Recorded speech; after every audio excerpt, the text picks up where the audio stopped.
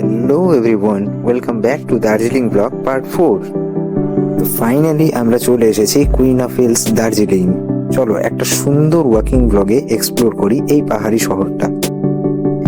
দার্জিলিং এর এই ছোট ছোট রাস্তা সত্যি একটা আলাদা চার্ম আছে, কিন্তু ঠান্ডা হাওয়া, মিষ্টি ওয়েদার আর চারিদিকে পাহাড়, হাঁটতে হাঁটতে মনে হয় যেন একটা মুভি সিনের মধ্যে আছি। তার সাথে এই প্ল্যান্টার্স হেরিটেজ একদম পুরনো ব্রিটিশ এরা ভাই।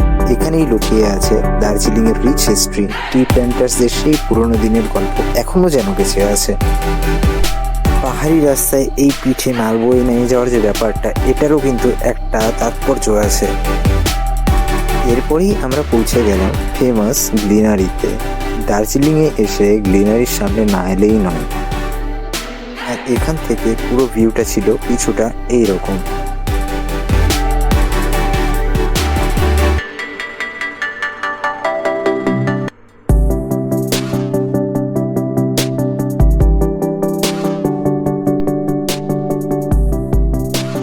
এখান থেকে বেরিয়ে এরপরে আমরা চলে গেলাম একটা কাছাকাছি মণিহারি দোকানে।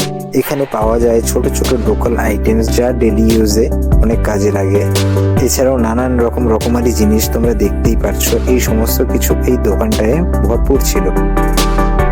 পাহাড়ি দোকানগুলো দেখতে ছোট হলেও বেশ গোছানো থাকে, কিন্তু এই ব্যাপারটা মানতেই হবে।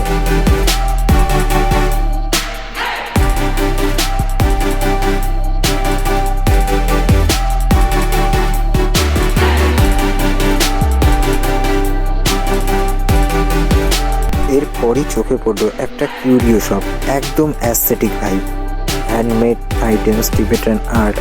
তো ফ্রেন্ডস, এই ছিল আজকের ব্লগ। পরবর্তী পার্ট নিয়ে আসছি খুব শীঘ্রই। ব্লগটা কেমন লাগলো অবশ্যই জানিও, আর নেক্সট পার্ট নিয়ে আসছি খুব তাড়াতাড়ি। Till then, take care.